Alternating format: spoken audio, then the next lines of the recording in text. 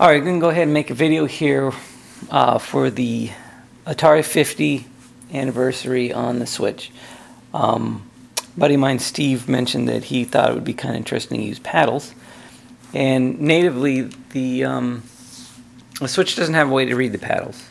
So what we did is we mapped it to, obviously, the analog controller here.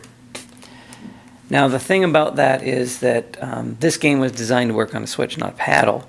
So the first thing I noticed is it doesn't work very well. You can use the digital, go a little bit faster. But if you go into the menus and you go into control, and there's a stick settings in the bottom left that you can access by hitting Y. And it's relative. That's the problem. It's designed to work on a relative-based controller, which would be something similar to joystick. So you want to change that to absolute.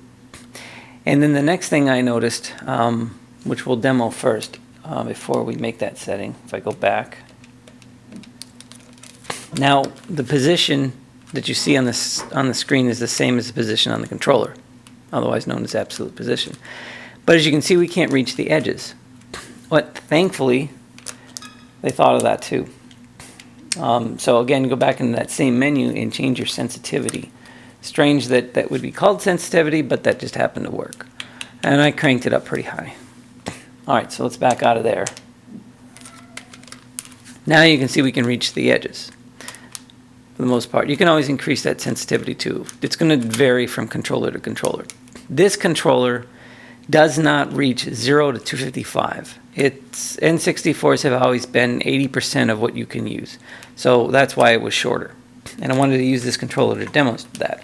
But that isn't our objective. So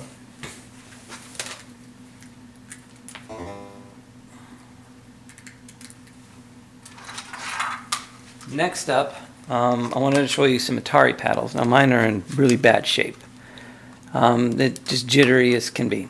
But as you can see, the paddles are working as they would on the original hardware.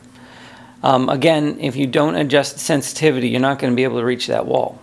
And if you don't use absolute mode, these things aren't going to work at all. So let me move over to one more.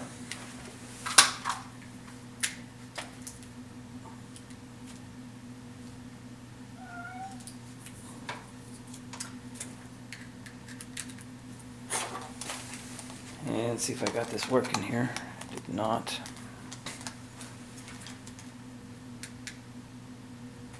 Alright, so what we're going to demo here is an Arkanoid controller. Now the advantage there with the Arkanoid controller is you're going to get a little smoother action out of it. Because you don't have to really deal with the same things you would with those old Atari controllers. But you can clean up your Atari controllers, which I haven't done in that case, and get those things to be a lot smoother. Even this one has a little bit of a bounce there at the end that I should probably address, but as long as I don't go completely left, it doesn't get in the way, and this is quite pleasing to play. So there are different types of paddle controllers. Another one would be your Sega paddle. That one's really hard to find, but it's, in my opinion, the best. The issue with that one is the connector can be a little flaky, so it's not a good demo tool. And there's a few other ones out there, different Atari style, the Gemini and whatnot, and they all seem to work really well. So this will be on the next release. I think the current beta is 1, so this will be put on to 2. And there shouldn't be anything other than just flashing it and paying attention to these menu items, and you should be good to go. Thanks for watching.